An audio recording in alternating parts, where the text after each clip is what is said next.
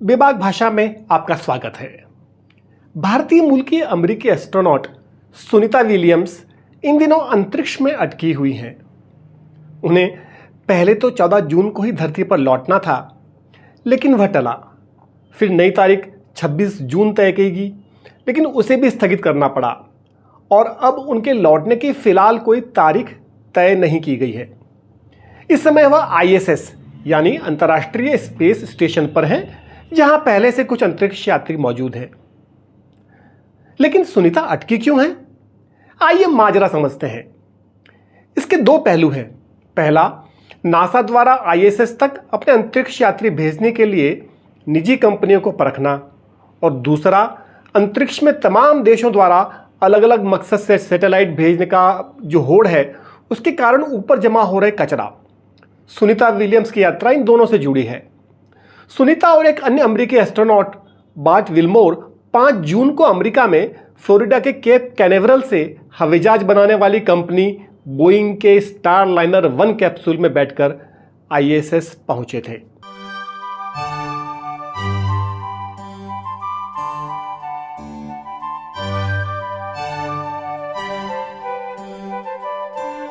अब सवाल उठता है, बोइंग क्यों? नासा तो हमेशा से अपने स्पेस शटल से एस्ट्रोनॉट अंतरिक्ष में भेजती रही है।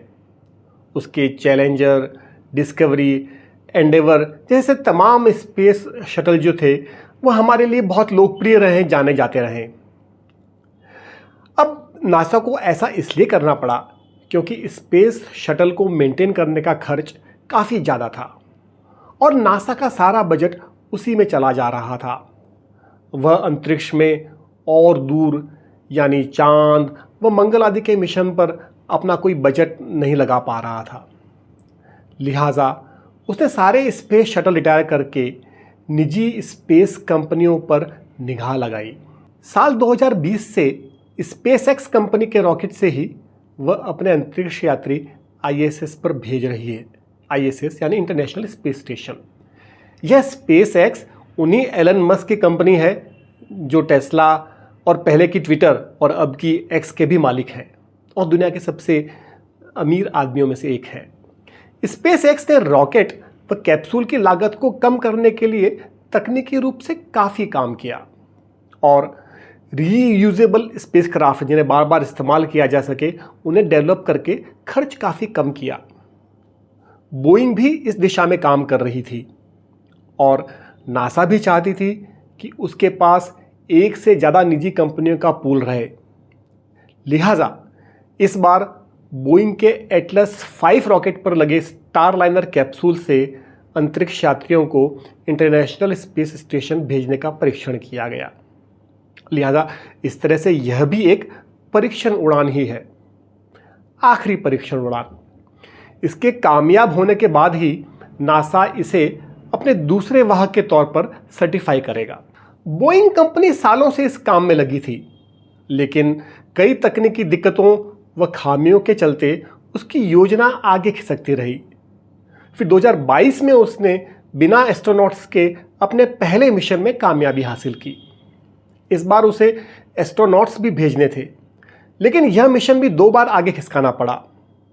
पहले 6 मई को यह उड़ान होनी थी, लेकिन उड़ने से महज 2 घंटे पहले इसे रोक दिया गया क्योंकि कुछ तकनीकी दिक्कतें सामने आ गई। फिर 1 जून को दूसरी बार लिफ्ट ऑफ यानी उड़ने से महज 4 मिनट पहले लॉन्च पैड के कंप्यूटर में खराबी की वजह से इसे रोक दिया गया। आखिरकार 5 जून को स्टारलाइनर ने कामयाब उड़ान भरी और विलियम्स व विल्मोर ISS यानी इंटरनेशनल स्पेस स्टेशन पहुंच गए। लेकिन ऐसा लगता है कि बोइंग के कैप्सूल में अभी और कई दिक्कतें रह गई हैं, जिसकी वजह से इन दोनों अंतरिक्ष यात्रियों का धरती पर लौटना अटक गया है। नासा के अनुसार ISS पहुंचने के बाद से इस कैप्सूल में 5 बार हीलियम लीक हो चुकी है, 5 थ्रस्टर्स काम नहीं कर रहे हैं और एक प्रोपेलेंट वॉल में दिक्कत है। इन्हें दूर किए बिना कैप्सूल का धरती पर लौटना मुश्किल है। थ्रस्टर्स की दिक्कतों की वजह से ही कैप्सूल को 6 जून को ISS से जुड़ने में भी दिक्कत हुई थी। कैप्सूल की परीक्षण उड़ान में सबसे जटिल प्रक्रिया आईएसएस से अलग होकर धरती पर लौटने की है। लिहाजा इन दिक्कतों को दूर करने का काम चल रहा है। इसी बीच 26 जून को उपयोग से बाहर होने के बाद अंतरिक्ष में चक्कर काट रहे एक रूसी उपग्रह के टुकड़ों से पैदा हुआ खतरा, उसकी वजह से विलियम्स व विल्मोर को अपने स्टारलाइनर कैप्सूल में इमरजेंसी शेल्टर के लिए आना पड़ा। इस तरह के बेलगाम व बेकाबू पुराने उपग्रहों से, उनके मलबे से अंतरिक्ष में अलग तरह का जोखिम है और अंतरिक्ष में गतिविधियों के लगातार बढ़ने के चलते इनका दायरा भी बढ़ता जा रहा है। अब होगा क्या? फिलहाल विलियम्स और विल्मोर आईएसएस में अकेले नहीं हैं। वहाँ पहले से 7 अंतरिक्ष यात्री रह रहे हैं। इनमें 5 एस्ट्रोनॉट हैं जो स्पेसएक्स की क्रू ड्रैगन कैप्सूल से वहाँ पहुँचे थे। इनमें से 4 तो इसी साल मार्च में वहाँ पहुँचे थे। इनके अलावा 2 रूसी अंतरिक्ष यात्री भी हैं जिन्हें कॉस्मोनट कहा जाता है। एस्ट्रोनट और रूसी अंतरिक्ष यात्री यानी कॉस्मोनट। इस तरह अंतरिक्ष इतिहास में यह पहला मौका है जब इंटरनेशनल स्पेस स्टेशन पर 3 मानवयुक्त स्पेसक्राफ्ट एक साथ जुड़े हुए हैं।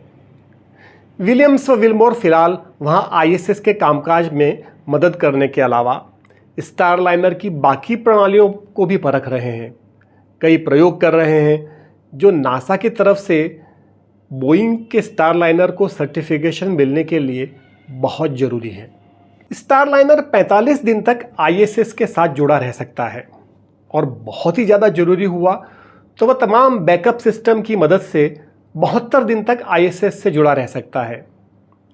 ऐसा माना जा रहा है कि नासा ने इंटरनली 6 जुलाई की वापसी की तारीख स्टारलाइनर के लिए रखी है, यानी मूल रूप से जो मिशन केवल 8 दिन का था वो 1 महीने का हो जाएगा।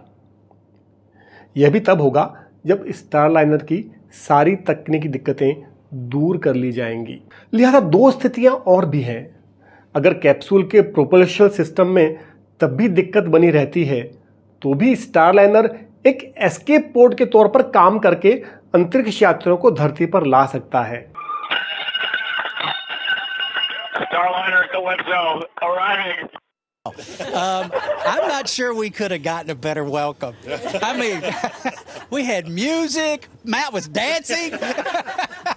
It was. लेकिन अगर यह भी ना हो पाया और स्टारलाइनर को धरती पर सुरक्षित पहुंच पाने में बिल्कुल ही नाकाम मान लिया गया तो फिर तरीका यह होगा कि विलियम्स व विल्मोर क्रू ड्रैगन जो स्पेस एक्स का कैप्सूल है उससे लौटें, जो मार्च में 4 यात्रियों को लेकर वहां गया था, और ज़रूरत पड़ने पर उसमें और भी यात्री इमरजेंसी में लाए जा सकते हैं। लेकिन यदि ये नौबत यहाँ तक पहुँची तो वो बोइंग के स्पेस कार्यक्रम के लिए बड़ी ही शर्मसार करने वाली बात हो जाएगी। उनके लिए बड़ा एम्ब्रेसिंग रहेगा, उनकी साख मिट्टी में मिल जाएगी। सब कुछ ठीक रहता है तो सारी जांच करके नासा की हरी झंडी मिल जाने के बाद स्टारलाइनर के थ्रस्टर्स कैप्सूल को आईएसएस से अलग करेंगे और धीमे धीमे पृथ्वी की जो ऑर्बिट से निचली कक्षाओं में वो आएंगे और फिर वायुमंडल में प्रवेश करेंगे। पैराशूट व एयरबैग की मदद से अमेरिका के साउथ वेस्टर्न डेजर्ट में किसी जगह पर उनकी लैंडिंग होगी और इस तरह 6 घंटे का वापसी का ये सफ़र पूरा हो जाएगा। आपको बता दें कि सुनीता विलियम्स के परिवार का ताल्लुक गुजरात से है। उनके पिता दीपक पांड्या अमेरिका में डॉक्टर हैं। ये सुनीता विलियम्स खुद अमेरिकी नेवी में अफसर हैं और इससे पहले भी 3 बार वह अंतरिक्ष की यात्रा पर जा चुकी हैं। यही नहीं, सुनीता विलियम्स के नाम अंतरिक्ष यात्री के तौर पे 2 अनोखे रिकॉर्ड भी दर्ज हैं। इनमें से एक है एक महिला अंतरिक्ष यात्री का सबसे ज़्यादा स्पेस वॉक करने का। स्पेस वॉक यानी संख्या में उन्होंने 7 बार स्पेस वॉक की है, जो किसी भी महिला अंतरिक्ष यात्री के लिए सबसे ज़्यादा हैं। और इसके अलावा सबसे ज़्यादा समय स्पेस वॉक करके बिताने का अंतरिक्ष में, यानी 50 घंटे से ज़्यादा समय उन्होंने स्पेस वॉक करके अंतरिक्ष में बिताया है। ये दोनों ही अनोखे रिकॉर्ड सुनीता विलियम्स के नाम है। इस समय स्पेस में कई तरह की नई तेजी व ताकत का मैदान खुला हुआ है। संचार, मौसम व जासूसी के लिए भेजे जाने वाले सैटेलाइट्स के अलावा अब जोर आजमाइश पृथ्वी की कक्षा से बाहर चांद व मंगल तक पहुंच रही है। इधर अंतरिक्ष अब मोटी मोटी जेबों वाले सैलानियों के लिए टूरिज़्म का भी जरिया बन गया है। Astro tourism.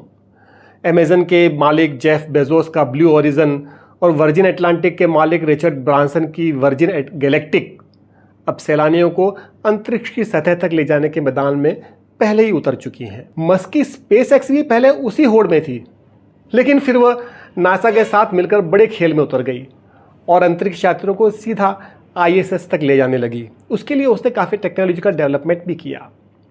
हालांकि अभी अंतर्राष्ट्रीय स्पेस स्टेशन भी पुराना हो चला है और नासा ने 2030 तक इसे बंद करने का फैसला किया है। तब तक एक नया स्पेस स्टेशन खड़ा कर लिया जाएगा और इस पुराने स्पेस स्टेशन को डिसमेंटल करने का ठेका भी स्पेस एक्स को ही मिल गया है। उधर चीन के पास पहले ही अपना एक अलग स्पेस स्टेशन है जो उसने वहाँ तैयार किया और अब वहाँ वह अंतरिक्ष यात्री भी भेजने लगा है। जाहिर है कि बोइंग के स्टार लाइनर पर बाकी दुनिया की भी निगाहें हैं। अगर उसकी ये परीक्षण उड़ान हर तरह से कामयाब रहती है तो अंतरिक्ष यात्रा का बाजार और खुलेगा। सुदूर अंतरिक्ष की खिड़कियां तो हमारे लिए नए नए रूप में खुल ही रही हैं, लेकिन फिलहाल सबकी निगाहें सुनीता विलियम्स और बार्ट विल्मोर की वापसी पर हैं। शुक्रिया।